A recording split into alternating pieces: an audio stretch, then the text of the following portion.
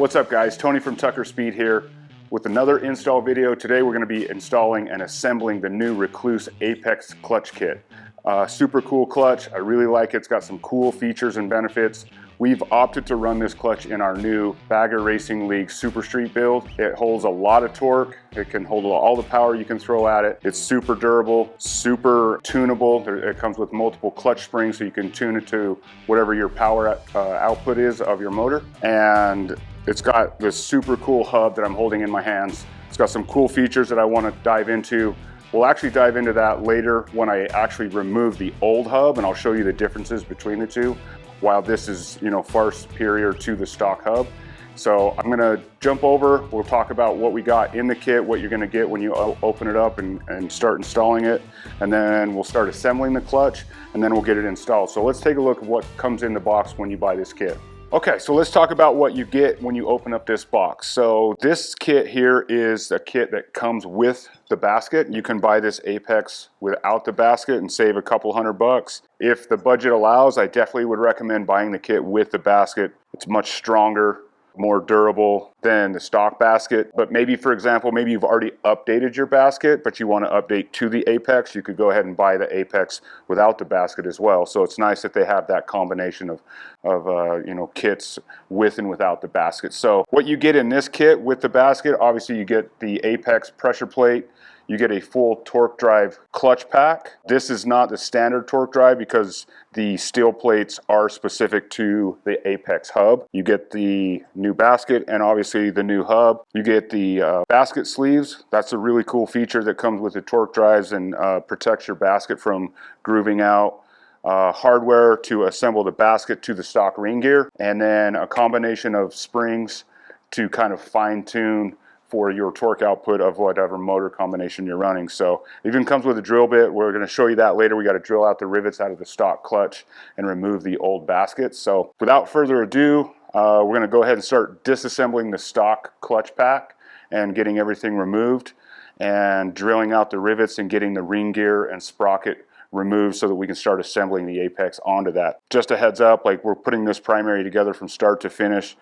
We're going to be adding in, we'll be running the stock chain tensioner. We're running a fueling heavier compensator spring, and then we're running the S&S compensator in this kit. So this should be a super solid, super reliable primary combination. If you guys have any questions about this combo of parts or anything going on, please drop them in the comments below. And before I go out and start disassembling this stock clutch, I just want to give a huge shout out to the Law Tigers, sponsoring all of our videos and taking care of us. They're a huge supporter of us. If you guys are ever in need or know anybody that needs help, they are the motorcycle attorneys. They know motorcycle law. They will make sure you get taken care of. If you're in a motorcycle accident, reach out to the Law Tigers and thank them for helping us make these videos possible. So let's grab this stock clutch. We'll get it disassembled and we'll start putting this thing together. All right, let's talk about tools that you're going to need to get this job done. Not a lot of tools required. Obviously, you're going to need a good set of torque wrenches. You're going to need 1 3/16" socket, T70 Torx, 1/2" socket, 10mm socket, 5mm Allen, hammers, punches. You're going to need some internal, external snap ring pliers. The drill bits included in the kit, you're going to need a drill or a drill press or something to drill out those rivets. The most critical kind of specialty item is this T70. It's not common in your basic tool sets. These are available at tuckerspeed.com. Also, you can buy these into all these kits, these Apex clutch kits, the compensator spring, all available at tuckerspeed.com. Let's keep going on this thing. If you're watching this video and you're wondering how to take your primary apart, if you've noticed we've already got everything removed from the bike, we have another video. Check out our other video series on how to disassemble your primary drive assembly. That should answer any questions. If you have more questions, please just drop them in the comments below or shoot us an email. We'd be glad to help out. All right, so first step, disassembling the stock clutch assembly. I'm just going to go ahead and remove the pressure plate, set it aside with springs and everything. Get these screws out of the way. And I just take this clutch pack and this whole assembly, tip it upside down and dump out all the clutch plates. It left one in there. I'll grab a pick and dig that out of there. Basically, we just need to get all those plates out of there. I think that's it. The old stock clutch kit is out. We'll set that aside. We now have just our hub, basket, ring gear, and everything. Our next step is we got to go out in the shop, press out the hub, start cutting the rivets and drilling them out and getting the basket separated from that, and then we'll be ready for assembly. So let's head out to the shop. Okay, so we're going to start disassembling the stock basket and ring gear assembly. The first thing we need to do is you need some external snap ring pliers. We're going to remove the snap ring on the back of the hub. I'm going to go ahead and get that out of there. And then we're going to put this in the press and press the hub through the bearing.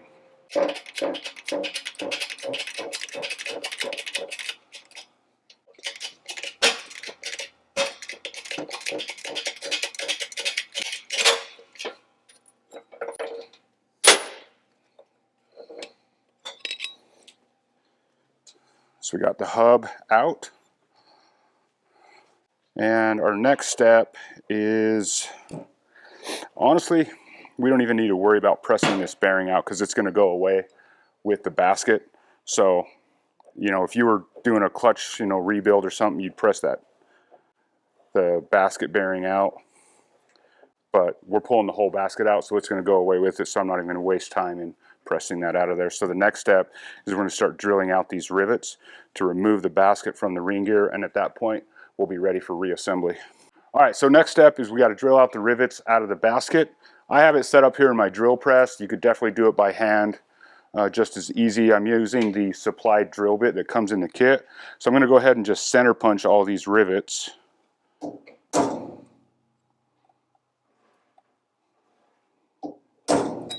Okay, let's start drilling.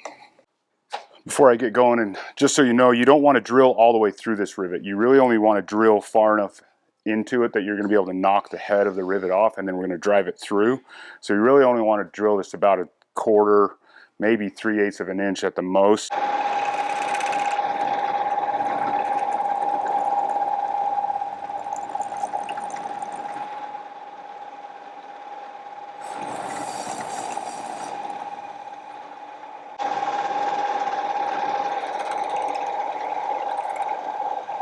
Okay, so I got all the heads of those drilled, and what I'm going to do is I'm going to take a hammer and a chisel and try and knock the heads of these rivets off.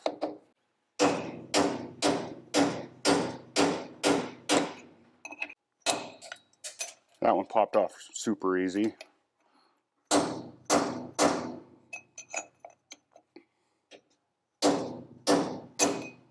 That one came off. So I'm kind of going at them at two directions, kind of, you know, east-west and then north-south. Cool, they're all off. Okay, now we got all the rivets drilled, the heads knocked off of them. The last step is to just drive them through. So just with a hammer and a punch. That'll take a little elbow grease, a little muscle. Don't worry about hurting the basket. We're throwing it away. One thing you just don't want to do is hurt the ring gear. You want to keep it nice and, you know, that's why you don't want to cut from the backside or anything like that. Work on the basket side, so if you do have any mishaps or mishits or whatever, you hit the basket and not the teeth on the ring gear or something like that. So this is all cleaned up. We're ready for reassembly. I got ahead of the game earlier. I put my bearing, my new clutch hub bearing, in the freezer. I put my basket in the oven. It's going to make it easier for that bearing to just drop right in. So those are already being, you know, heated and cooled. So we're going to start putting this stuff together here real quick. All right, grab the basket out of the oven. It's hot.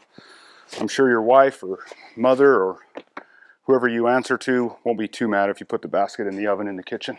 Bearing came right out of the freezer. I'm just going to put a little lube on the outside. Oh, there we go. Dropped right in there. Makes that way easy. We'll let that cool for a minute, and then we're going to move back over to the bike and start to assemble everything here. So I'm going to give this a few minutes to cool off, and we'll get back after it. Okay, while I'm still waiting for the basket to cool off from coming out of the oven, I just wanted to talk to you real quick about the differences in the hubs in these clutches, the stock versus the new Apex hub. So you can see here I have the stock one and the new Apex hub. You can see quite a bit different, you know, design and shape. What you'll see here, you'll see it kind of in the plates. This is the steel plates. You can see that the teeth on that kind of line up there. and then the apex, it lines up on these steel pins. And the reason that's critical is you can kind of see it on this hub here. You can see it kind of starting to create some grooves, and as those grooves, you know, increase in depth and kind of get more worn out, what you need this plate to be doing while it's working is kind of floating back and forth. And as those grooves develop, those things tend to get stuck in the groove, and they almost have to kind of release to come, you know, move to the next groove, and that's just not how a clutch works. So you end up with, you know, clutches that don't disengage fully, or, you know, maybe even cause slippage at times. So these steel pins are much more durable than the aluminum, you know, splines, if you will, on the stock hub. So that's a huge benefit and upgrade to the hub from the Apex versus the stock hub. So I'm going to go check on that basket, see if it's cooled off and ready for assembly. So I'll be right back. Our basket is cooled off, bearings installed. First thing I'm going to do is I'm going to go ahead and install the retainer clip for the bearing. Go ahead and get that pushed in there. Make sure that clips in all the way into place. And our next step is to attach the basket to the ring gear. I'm going to set that in place. I've already kind of cleaned and prepped all this, made sure all the debris and old clutch material and everything's all cleaned out of there. So I'm going to get that set in place. Now we got these like kind of special kind of T-screws that drop in from the basket side and drop in through the ring gear. I'm going to get all these in place. All right, so I got all the bolts installed. It comes supplied with a red Loctite tube. Just go ahead and add some red Loctite to all these screws. Get the supplied nuts installed. All right, so I got all the screws and the nuts installed. I'm going to go ahead and torque these. These get torqued to 80 inch-pounds. This is a 10 millimeter head on these nuts. I'm just going to get them all kind of snugged down. You'll feel it kind of pull that basket kind of into place. I haven't really put any pressure on all these. I'm just kind of pulling the basket into place evenly. So they're all snug now. So I know that that basket is kind of fully seated into place. So I'll just go ahead and torque all these kind of in a star pattern at this point. 80 inch-pounds, like I said.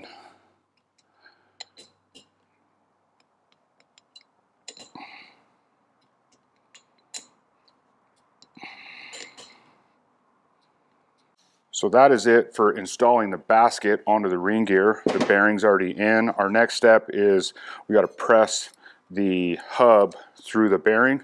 So I need to walk back out to the press and press that through real quick, and then we'll start putting our clutch plates together.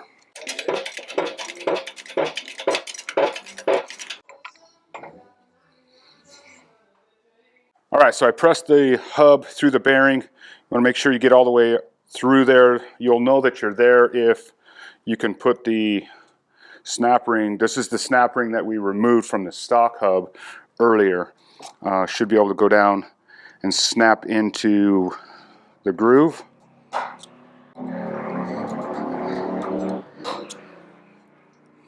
You kind of see it and hear it snap into place there. That way I know that that hub is installed all the way through the bearing. I don't know if you caught it on the video. I like to have a socket that's about the size of the inner race of that bearing that the hub can come through, so I'm kind of pressing against the inner race of that bearing.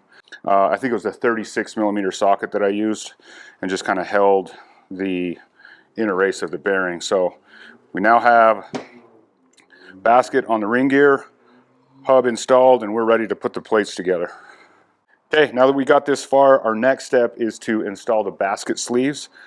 These are a really good idea, a really good design. They can be kind of hard to put together.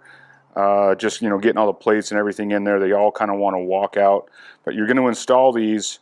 You know, the instructions explain it, you know, and give you a good, a good idea of how to do it. You know, they're kind of a U shape. You're going to go with the U, you know, down in first with the tabs kind of on the inside. So it basically should line the face of the clutch basket. So I'm going to get all these installed, and in the meantime I actually have my clutch plates soaking in oil, the frictions, getting them ready to start dropping in, because as soon as we're done with these sleeves we're going to start dropping in the clutch plates. All right, you guys might be wondering, what's the purpose of this sleeve? Like what's it doing? What's it there for? Why are we going through this hassle? The reason is kind of like we talked about on the hub, where the aluminum hub from the stock setup gets grooves worn in it. The same thing can happen in the basket, and your friction plates have that same thing. They need to be able to float, slide in and out, and grooves can, develop in the basket where the frictions slide. And this basket is still, it's still aluminum. It's still a softer metal, so it still has the tendency to groove. These sleeves are kind of a steel liner, if you will, to protect the aluminum from grooving and give that friction plate something smooth and that won't groove, so that it can continue to float back and forth. So that's kind of what these sleeves are doing here, is protecting the basket from grooving. So I got all those installed. We're ready to start installing clutch plates. So I've already counted out. I have 18 steels. I have 17 frictions soaking in oil here. What I'm going to do is I'm going to grab an extra rag because this gets a little bit messy. So we're going to go ahead and start installing. So we're going to go in first with a steel plate and drop that in. So you got to line it up on the fingers.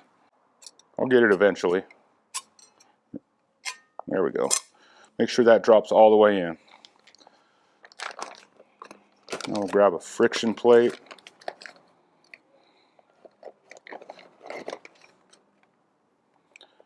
Go ahead and drop this in.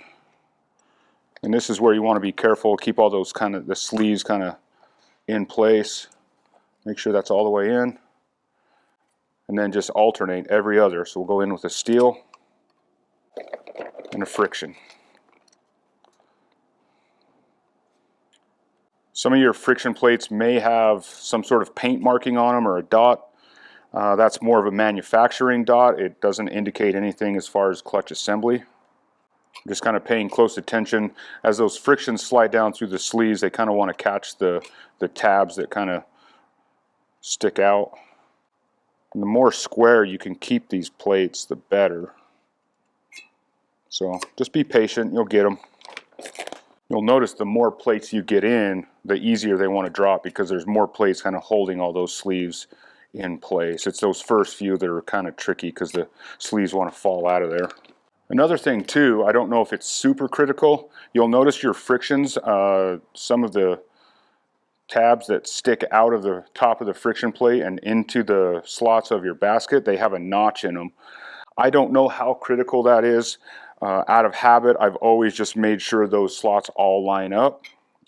Seems to have always worked for me, and that's just the way I've always done them on these torque drives. Okay, we've got all our plates installed. Our next step is to put our pressure plate and our springs. You're gonna have to figure out your combo of springs that you want to run. I'm estimating this bike's gonna be around 150, 155 foot-pounds of torque. So I'm gonna be running a combo of 3 red and 3 silver springs. You're gonna wanna make sure you install those staggered so that you have, even pressure across the pressure plate. You don't wanna put 3 and 3. You wanna go every other. We're going to get that installed. One thing you're going to notice as you start putting this thing together, there's 18 steels, 17 frictions. That's a lot more plates than what came out of the stock clutch pack. That's one of the benefits to this. Each one of those plates has a certain amount of, surface area, kind of friction zone. And by increasing that, we add, friction to the clutch. That's why these clutches can hold a higher amount of torque with less spring pressure. That's where you kind of get that benefit of a lighter clutch pull, but increased, torque capacity. So it's really kind of win-win. You get lighter pull, but increased torque. So it's another benefit of these torque drive clutch packs. So let's go ahead and get this pressure plate installed. You're going to go ahead and line this up with the threaded holes on the hub.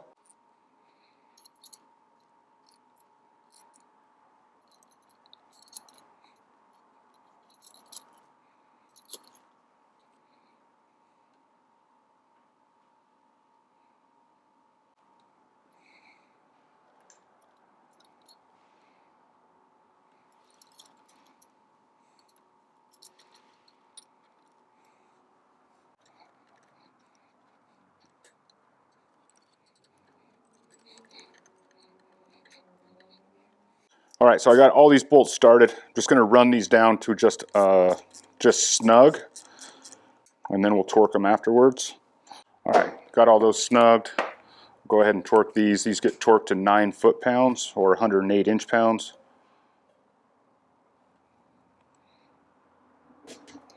So those are all torqued. That is basically the full assembly of the Apex clutch assembly. So to finish off this install, I'm going to go ahead and put this all together with the chain, the comp, and put our tensioner back in and actually get it installed in the bike. So I'm going to get my compensator set up with my new fueling comp spring and get everything ready to slide onto the bike here. And just another tech tip, I put some paint mark on my chain when I removed it, just indicating that is the outside of the chain, just to maintain rotation.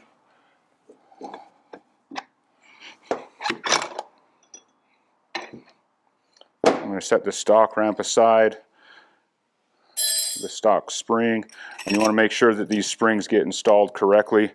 The two big ones, they kind of are concave and they're going to meet with the outsides, you know, the two dishes touching each other. And then same with the middle stack. You can see they could line up. If you can see that, what you want is the concaves kind of facing each other rather than laying inside of each other. So on the second one, and then the outside, you want that spring kind of facing up against the compensator. So that should be ready to rock there. Put this together here. I'll put my springs and this coupler on the crankshaft. So we're ready to install here. So we're going to go over to the other side of the bike and start getting this on the bike. Okay, got everything laid out. I'm going to get ready to go together on the bike. So I've already got my clutch hub nut kind of prepped and cleaned. I like to make sure I can thread this all the way on to the splines by hand, cleaning out all the old Loctite and everything. Same with the new compensator crankshaft bolt here. Make sure everything inside the crankshaft is cleaned out and you can thread that in easily by hand. That way you know that you're going to be able to thread it in, make full contact, and that's what you're torquing against. You can get some false torques if you're torquing against old Loctite. So make sure you clean all your threads out really good. So we're going to get our compensator coupler installed, and then our spring pack, kind of like we talked about. Get the first set on there, second set, and then that last one with the spring kind of facing outward. I'll go ahead and get the new ramp in place,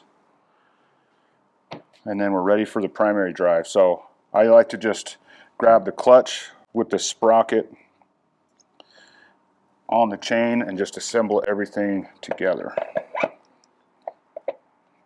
Kind of find the splines there. That's going to dump a bunch of that assembly lube out.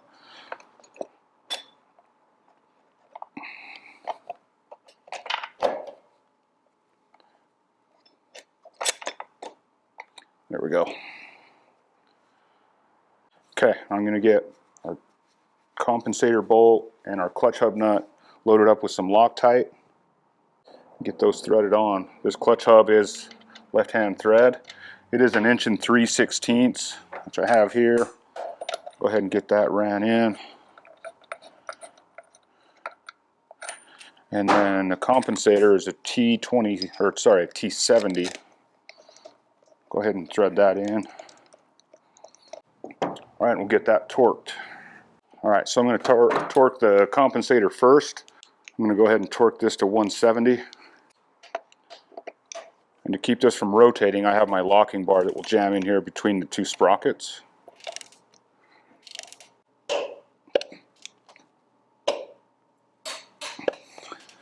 I'll torque this clutch hub nut. Torque this to 75 foot-pounds.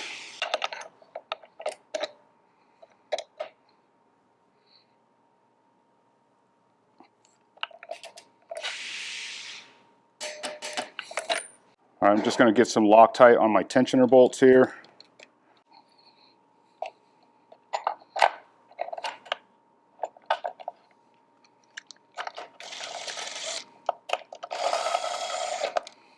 I have this little tool that comes with the tensioners when you buy them new to keep them collapsed. You can also just use like a zip tie and wrap it around there to keep that thing collapsed while you get it underneath the chain, and then just cut it and release it out. I like to just make sure it's kind of ratcheted up, got some tension on the chain.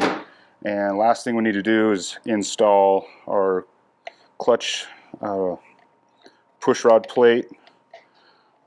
We got to grab some snap ring pliers.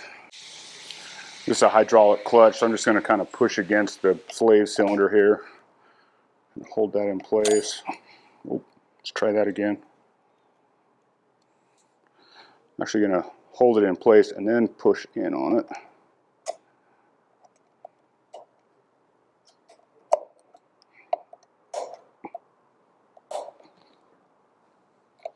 There we go.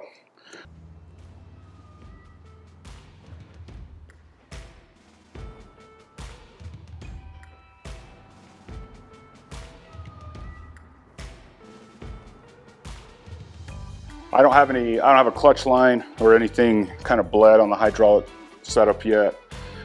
We do have the Rekluse slave cylinder on the other side that's going to help complement this whole setup. So that is it. All we need to do now is throw a new gasket on it, throw the primary cover on it, fill it with oil. We're going to be running the Motul primary fluid inside this primary case. Rekluse offers a really nice oil for these clutches. You got to be careful with the oil that you run with these clutches. So if you're not sure what will work good, I probably would run the Rekluse or the Motul. I've had good luck in our race bikes with those that combination. So hope this video has been informative. I can't say enough about these clutches. I've been running the torque drive setups in my other race bikes for a couple of years now. Had really good success. These things can hold a lot of power. They got a really good lever feel. And you know, I've thrown a lot at it on the racetracks, and they've taken all the abuse and had no issues. So I'm really excited about the new Apex hub. It's a really nice upgrade in addition to what was already a really good clutch kit. So can't say enough about it. I hope you guys have enjoyed the video. If you have any comments or concerns or anything, I love to hear what you guys have to say. Just drop them in the comments below. I'll definitely get back to you. Thanks.